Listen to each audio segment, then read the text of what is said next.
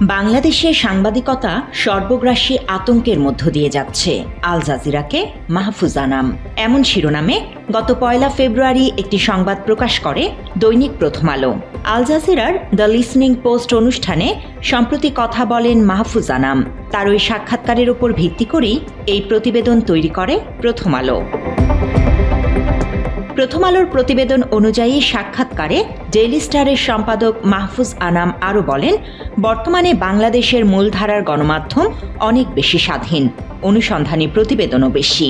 গণমাধ্যমের স্বাধীন চিন্তাভাবনা আগের যে কোনো সময়ের তুলনায় অনেক বেশি দৃশ্যমান, কিন্তু একই সাথে সেই সর্বগ্রাসী আতঙ্কও রয়েছে। কোনো গোষ্ঠীর চাপিয়ে দেয়া মনোভাব থেকে সামান্য সরে গেলেই মাহফুজ আনামের ওপর হামলা হতে পারে বলে উল্লেখ করে প্রথম আলো। প্রথম আলো তাদের প্রতিবেদনে লেখে, মাহফুজ আনাম আল জাজিরাকে দেশের সাংবাদিকতার বর্তমান ঝুঁকি থেকে শুরু করে প্রথম আলো ডেইলি স্টারে আগুনের ঘটনা নিয়ে বিস্তারিত বলেছেন। পত্রিকা দুটিতে আগুন দেয়া নিয়ে মাহফুজ বলেন, সেই রাতে সামাজিক যোগাযোগ মাধ্যমে যারা নজর রেখেছেন তারা সবাই জানেন যে একজন ইনফ্লুয়েন্সার বলেছিলেন প্রথম আলো ডান, ডেইলি স্টারে চলে আসেন। মাহফুজ আল জাজিরাকে আরও বলেন, প্রথম আলো এবং ডেইলি স্টারের বিরুদ্ধে যত অভিযোগ সেসবের কোনোটি প্রমাণ হয়নি। প্রতিবেদনটি নিজেদের ফেসবুক পোস্টে শেয়ার করেছে প্রথম আলো। ওই পোস্টের মন্তব্যের ঘরে মাহফুজ আনাম আর প্রথম আলো ডেইলি স্টারের কড়া সমালোচনায় মাতে নেটিজেনরা।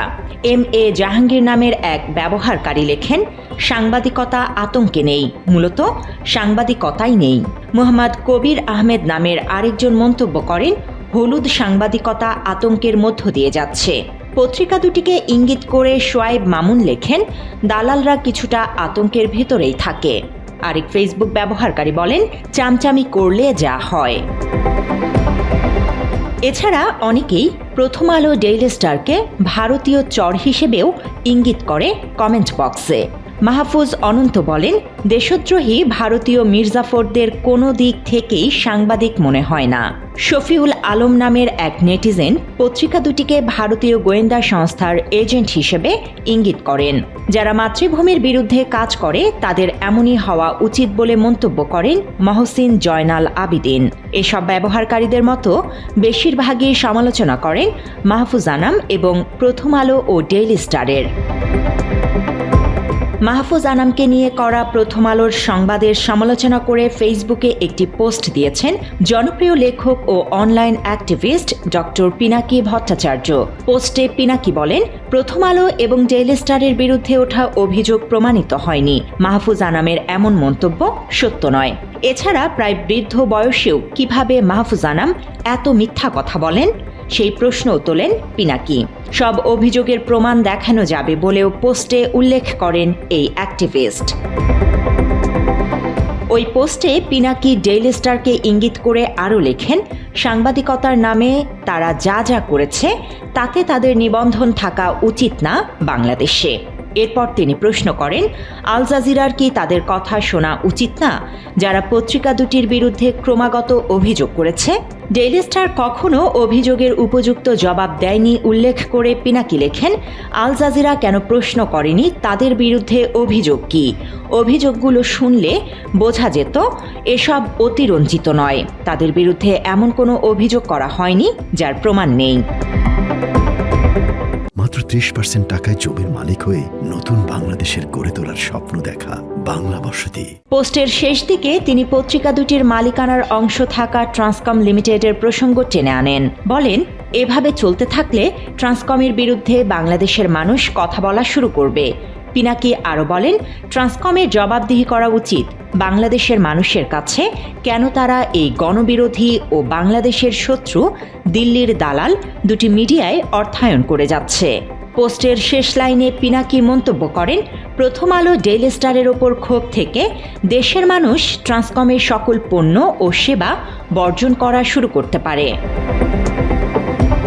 ভারতের দালাল আখ্যা দিয়ে প্রথম আলো এবং ডেইলি স্টারের ওপর অনেক আগে থেকেই ক্ষোভ প্রকাশ করে আসছে সাধারণ মানুষ। সেই ক্ষোভ থেকেই ভারতীয় আগ্রাসন বিরোধী হিসেবে পরিচিত শহীদ শরীফ ওসমান হাদির মৃত্যুর দিন পত্রিকা দুটিতে আগুন দেয় বিক্ষুব্ধ জনতা। পরে নানাভাবে পত্রিকা দুটির ওপর নিজেদের ক্ষোভের কথা প্রকাশ করে সাধারণ মানুষ।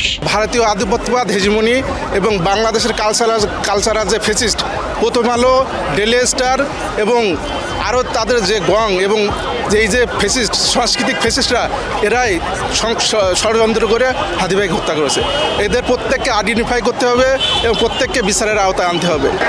প্রথম আলো আর ডেইলি স্টার এটা ফ্যাসিস্ট হাসিনা, খুনি হাসিনার আমল থেকেই এটা খুনি হাসিনার হয়ে কাজ করেছে। এখন এই প্রথম আলো আর ডেইলি স্টার দিল্লির দালাল, ইন্ডিয়ান দালাল, এদেরকে বাংলাদেশ থেকে একবারে সিল মেরে এই বাংলাদেশ থেকে বের করে দেওয়া উচিত। এরা জনতার এবং ছাত্র জনতার যে আন্দোলনগুলো হয়, এদের ছাত্র জনতার এবং জনতার বিরুদ্ধে এরা কাজ করে। এদের ছাত্র জনতা যখন কোনো কিছু নিয়ে দাবি তোলে, এরা এটাকে মব হিসেবে সৃষ্টি করে, মব হিসেবে এটাকে উত্থাপন করার চেষ্টা করে। প্রথম আলো আর ডেইলি স্টার সম্পর্কে একটাই কথা বলতে চাই, তারা হচ্ছে ভারত পূজারী, ইসলাম বিদ্বেষী। ইসলাম সম্পর্কে যে প্রোপাগান্ডাগুলো ছড়াচ্ছে তার প্রিন্সিপাল হচ্ছে ডেইলি স্টার আর হচ্ছে প্রথম আলো। এটাকে যে কোনোভাবে বাংলাদেশ থেকে নিষিদ্ধ করতে হবে। সুতরাং আমার একটাই কথা, তারা ভারত পূজারী, ইসলাম বিদ্বেষী। প্রথম আলো, ডেইলি স্টার আমরা জানি আমাদের বাংলাদেশের সবচেয়ে বড় দুটি হচ্ছে সংবাদ মাধ্যম বা সংবাদপত্র। বাট আমরা হচ্ছে 24-এর আন্দোলনের পরবর্তী সময় থেকে আমরা দেখতে পাচ্ছি প্রথম আলো, ডেইলি স্টার হচ্ছে খুনি হাসিনা যে রয়েছে বা দোসর সরকার আওয়ামী লীগ ছিল তাদের পক্ষে কথা বলতেছে। আসলে তাদের যে আসলে খারাপ কাজগুলো আওয়ামী লীগের বা আওয়ামী লীগ আসলে আমাদের সাধারণ শিক্ষার্থীদেরকে যে আসলে মেরে ফেলেছে, 24-এর আন্দোলনে যে আমরা হাজার হাজার ভাই বোনকে হারিয়েছি, বা সেই লেখাগুলো প্রথম আলো থেকে হচ্ছে খুব কমই লেখা হয়েছে। একইভাবে ধর্ম অবমাননার কারণেও প্রথম আলোর ওপর ক্ষোভ রয়েছে ইসলাম ধর্মাবলম্বীদের। মহানবী হজরত মুহাম্মদ সাল্লাল্লাহু আলাইহি ওয়াসাল্লামকে নিয়ে কটূক্তি করে বাইতুল মোকাররম মসজিদের খতিবের কাছে তওবা পড়েছিলেন প্রথম আলোর সম্পাদক মতিউর রহমান। তবে এরপরও নানা কারণে পত্রিকাটির বিরুদ্ধে প্রশ্ন তুলেছেন দেশের আলেম সমাজ। এসব উপেক্ষা করেই মুসলিমদের ধর্মীয় উৎসব ঈদ উল ফিতরে কুকুরের কার্টুন এঁকে আবারও কড়া সমালোচনার জন্ম দেয় পত্রিকাটি। একইভাবে স্বৈরাচার শেখ হাসিনার আমলে জঙ্গি নাটকের উস্কানিদাতা হিসেবেও অভিযোগ রয়েছে প্রথম আলোর বিরুদ্ধে। সেই 2009 সাল থেকে প্রথম আলো, ডেইলি স্টার আমার চোখের সামনে, আমি যেটা গোয়েন্দাদের জিজ্ঞাসাবাদের বলো এর ভিতরে আমি নিজে সচক্ষে দেখে আসলাম, সেই চরিত্র 2021 সালে আবার ডেইলি স্টারের মধ্যে দেখে আসছি। এইভাবে বাংলা স্টার চলে আসছে। এরকম তথ্য অনেক, আমি আপনাকে আসলে কয়টা তথ্য আমি আপনাদেরকে দেবো।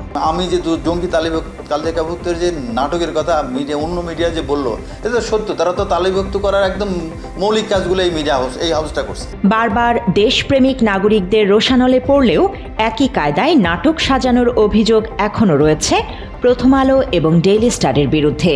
বাংলাদেশের মানুষ পত্রিকা দুটির ষড়যন্ত্রের অবসান চায়, যার প্রমাণ মাহফুজ আনামের প্রতি নেটিজেনদের ক্ষোভ থেকেই পাওয়া যায়। News desk, Bangla addition.